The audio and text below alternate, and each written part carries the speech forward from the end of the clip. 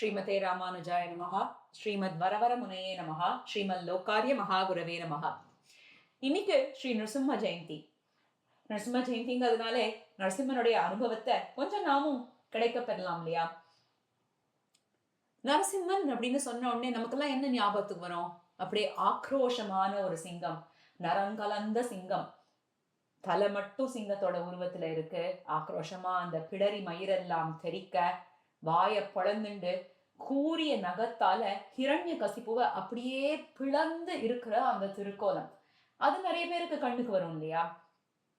இந்த அனுபவத்தை இன்னைக்கு ஒருத்தர் என்கிட்ட ஒரு கேள்வி கேட்டா. என்னன்னா, திருமழிசை பிரான் அழகியான் தானே அறிவுருவன் தானேன்னு சொல்லியிருக்காரே, ஏன் அப்படி சொல்லியிருக்கார்? ஏன்னா அவளுக்கு வந்த கேள்வி என்னன்னா, அவ சின்ன வயசுல இருந்த போது அவாத்து பக்கத்துல ஒரு கிருஷ்ணன் கோவில் இருந்தது. இப்பயும் இருக்கு அந்த கிருஷ்ணர் கோவில். அந்த கிருஷ்ணர் கோவிலை தாண்டி அங்க இருக்கிற செவுத்து அப்படியே இந்த நரசிம்மமா வந்து பெருமாள் ஹிரண்யகசிப்போட மார்ப கிழிக்கிற அந்த படத்தை அப்படியே வரைஞ்சிருப்பா. சின்ன குழந்தையான இவாளுக்கு அந்த படத்தை பார்த்த உடனே ஒரே பயமா இருக்குமா. அதே ராமன் கிருஷ்ணன் அப்படின்னு சொன்னா சாந்தமான முகம், விளையாடுற தன்மை, இதெல்லாம் பாக்குறச்சே மனசுக்கு ரொம்ப சந்தோஷமா இருக்கும். ஆனா இந்த நரசிம்மானத்தை பார்த்தா அப்படி ஒரு பயம் வருமா. அப்படி பயப்படுற மாதிரி இருக்கிற இந்த பெருமாளை ஆழ்வார் எதனால அழகியான் தானே அறிவுருவன் தானேன்னு பாடியிருக்கார் என்ற கேள்வி அவளுக்கு பிறந்தது. இதுக்கான விடைய நம்முடைய ஆச்சாரியர்கள் கொடுத்த வியாக்கியானங்களின் மூலமா கொஞ்சம் நம்ம அனுபவிச்சு பார்க்கலாம். நான் இன்னைக்கு நரசிம்ம ஜெயந்தி, இன்னைக்கு எம்பெருமானுடைய இந்த அனுபவம் கிடைக்காதனாலே நமக்கும் ஒரு சத்தை கிடைக்கும் இல்லையா? நம்மளோட பொழுதும் இந்த அனுபவத்திலே கழியறதுனால நமக்கும் ஒரு இப்போ எந்த வியாக்கியானம், எந்த பாசுரங்கள்? ஏன்னா 4000 திவ்ய பிரபந்தங்களை எடுத்துட்டா பற்பல பற்பல பாசுரங்கள் நரசிம்மாவதாரத்தை பற்றி கூறியிருக்கு. அப்படி இருக்கிறச்சே எந்த திருமழிசை பிரானுடைய அனுபவத்தையே எடுத்துக்கலாமே. அழகியான் தானே அறிவுருவன் தானே என்ற பாசுரம் 22வது பாசுரம். அதுக்கு முந்தின பாசுரம் என்னன்னா, அதுல ஆழ்வார் சொல்றார், இவையா பிளவாய் திறந்தெறி காண இவையா எரிவட்ட கண்கள், இவையா எரி பொங்கி காட்டும் இமையோர் பெருமான் அரிபொங்கி காட்டும் அழகு அப்படிங்கிறார். இதுக்கு முன்னாடி பாடின பாசுரங்கள் எல்லாம் கேட்டுட்டு எம்பெருமானுக்கு முக மலர்த்தி ஏற்படுறதாம். அவனுடைய கண்ணும் வாயும் அப்படியே மலர்ந்து இருக்கு. அதை பார்த்த உடனே ஆழ்வார் நினைச்சுக்கிறார், ஆஹா இவனோ அவிகாரன். அவிகாரம், விகாரம்னா என்ன? மாறுதல் அப்படிங்கிறது. அவிகாரம் அப்படின்னு சொன்னா எந்த ஒரு மாறுதலும் இல்லாதவன் அப்படிங்கிற அர்த்தம். அப்படி அவிகாரனா இருக்கிற ஒருத்தன் அந்த எம்பெருமான் ஆழ்வார் பாடின இந்த பாட்டுக்களை கேட்டு அவனுக்கு முகமலர்ச்சி, அவனுக்கு ஒரு சந்தோஷம் ஏற்படுறதுன்னா அவனுக்கு தன்னோட அடியார்கள் மேலதான் எவ்வளவோ அன்பு அப்படின்னு உருகி போறார். அந்த மாதிரி உருகி போறச்சே உடனே இந்த மாதிரி அடியார்களுக்காக இதுக்கு முன்னாடி அவன் என்ன பண்ணியிருக்கான் அப்படின்னா, ஸ்ரீ நரசிம்மாவதாரம் அப்படியே அவருடைய கண் முன்னாடி வருது. அந்த நரசிம்மாவதாரத்துல என்ன பண்றார்? அந்த பிரகலாதனுக்காக, அந்த பிரகலாதனை அவனுடைய சொந்த தந்தையான ஹிரண்யகசிப்பு அவனே கொல்லணும், உன்னை கொல்லட்டுமா, எங்க இருக்கான் உன்னோட அந்த எம்பெருமான் அப்படின்னு கேட்கும் போது, இதோ இருக்கேன்டானா அப்படின்னு தூண பழந்துண்டு வந்தானே, அதை நினைச்சு பாக்குறச்சே ஆழ்வாருக்கு அப்படியே உருகி போறது மனசெல்லாம். அவர் சொல்றார், இந்த கண்களா, இவையா இவையா பிளவாய் திறந்தெறி காண இவையா எரிவட்ட கண்கள். அப்படி ஒரு கோபத்தை காட்டின அந்த கண்கள் இதுதானா? இவையா எரி பொங்கி காட்டும் இமையோர் பெருமான் அரி பொங்கி காட்டும் அழகு. அப்படி ஒரு அழக காட்டுறானே, என்ன அழகு இதுல அடங்கி இருக்கு? என்ன அழகு, என்ன அழகுன்னா அதற்கு அர்த்தம் அடுத்த பாசுரத்துல சொல்றார், அழகியான் தானே அறிவுருவன் தானே அப்படின்னு. அழகியன், அழகன் ஒருத்தர் இருந்தான்னா அது யாருன்னா இந்த அறிவுருவன். அரினா சிங்கம், இந்த நரசிம்மன் தானா. எதனால அழகுனா இவன் ஒருத்தன் தான். நம்ம கேட்டிருக்கோம், ராமபிரானுடைய அழகுல இந்த ரிஷிகள் எல்லாமே மயங்கி போனா, கிருஷ்ணனோ சொல்லவே வேண்டாம் அழகு. வாமனன் எடுத்துட்டா ஐயோ கொள்ள கொள்ள அழகு, அந்த மாதிரி ஒரு அழகை பார்க்கவே முடியாதுன்னு சொல்றச்சே அவ எல்லாரையும் விட்டுட்டு நரசிம்மாவதாரத்தை ஏன் அழகியான் தானே அறிவுருவம் தானேங்கிறார்? என்ன காரணம்னா, பால் எடுத்துப்போம். பால் ரொம்ப தித்திப்பா இருக்கும், இனிமையா இருக்கும், போக்கியமா இருக்கும், சாப்பிட்டா பசி ஆறும், அழுத குழந்தைக்கு பாலைத்தான் முதல்ல குடும்பா.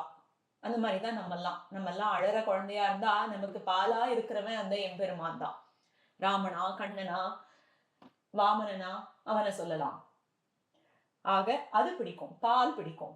பாலுக்கு மேல கல்கண்டு, பெருமாளுக்கு பிரசாதத்துக்கு கல்கண்டு அம்சம் பண்ணோம்னா குழந்தைகள்லாம் என்ன கேட்கும்? முதல்ல அந்த கல்கண்டை கொண்டா அப்படின்னு கேட்கும். அந்த கல்கண்டு அழகு, அந்த கல்கண்டு இனிமை. பாலும் இனிமை, கல்கண்டும் இனிமை. இது ரெண்டுத்தையும் நம்ம தனித்தனியா அனுபவிக்கலாம். அப்படிதான் நம்ம ராமன் அனுபவிக்கிறதோ கிருஷ்ணன் அனுபவிக்கிறதோ. அதே அந்த பாலுல கல்கண்டையும் போட்டு அதை சுண்ட காய்ச்சி அதை கொடுத்தா அது இன்னும் எவ்வளவு போகியமா இருக்கும். அப்படி பாலும் கல்கண்டும் சேர்ந்தா போலே இருக்கிற அனுபவம் தான் ஸ்ரீ நரசிம்ம பிரானுடைய அனுபவம். அதனாலேதான் அவனை அழகியான் என்கிறார் திருமழிசை பிரான். அது மட்டுமா, எம்பெருமானுடைய அழகு, அவனுடைய இந்த வடிவு, அவனுடைய இந்த ரக்ஷணம், இது எல்லாமே அடியார்களுக்காகத்தான். பரமபதநாதனை எடுத்துட்டோம்னா பரமபதத்திலே அவ்வளவு அழகா இருப்பான். அப்படிப்பட்ட அழகையும் அருளையும் அவன் பரமபதத்துல யாருக்கு கொண்டு போய் காட்டுவான்? அங்க இருக்கிற நித்திய சூரிகளுக்கும் முக்தாத்மாக்களுக்கும்.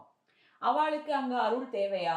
அவளுக்கு அருள் அங்க கொடுக்கறது எப்படின்னா, நன்னா வெயில் காஞ்சின்னு இருக்கு. அந்த வெயில் காஞ்சின்னு இருக்கிற சமயத்துல வெளியில ஏற்கனவே வெயில் இருக்கச்சே இருட்டா இருக்குன்னு நினைச்சுட்டு யாரானு ஒரு 100 வாட்ஸ் பல்ப போட்டா எப்படி இருக்கும்? அப்படிதானா பரமபதத்துல அவன் கொடுக்கிற அருள்.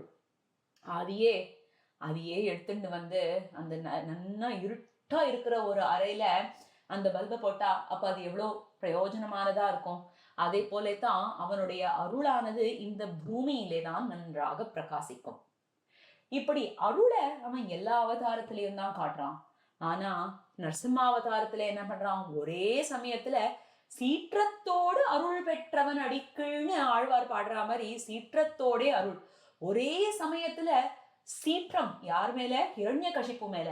என்னோட அடியவன் பிரலாதன், அவனையாடா நீ இந்த மாதிரி படுத்துற அப்படின்னு அவன் மேல இருக்கிற கோபம், அந்த சீற்றம். அந்த சீற்றத்தோட பிரலாதனுக்கு அதே சமயத்துல அருள். அதனாலதான் சீற்றத்தோடு அருள் பெற்றவன் பிரலாதன். அப்படி சீற்றத்தோட அருளையும் ஒரே சமயத்துல காமி.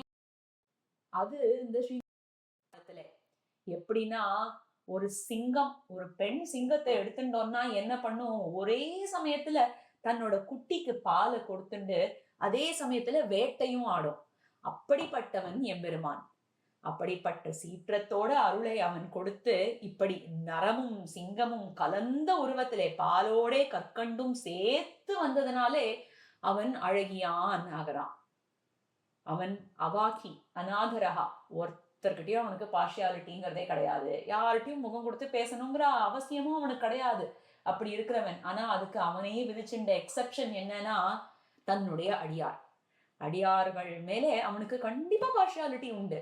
அதனாலதான் என்ன பண்றான்? அந்த அடியார்களுக்காக அவிகாரனா, அவாக்கியா, அநாதரனா இருக்கிற அவன் எந்த எக்ஸ்டென்ட்டுக்கும் வேணா போவான். எந்த எக்ஸ்டென்ட்டுக்குன்னா, இப்படி இதுக்கு முன்னாடி கேள்வியே படாத நர சிங்கம் ரெண்டு சேர்த்து வந்து தன்னை தன்னுடைய அடியார்களுக்காக கொடுக்கிறானே, அதனாலே தான் அவன் அழகியான்.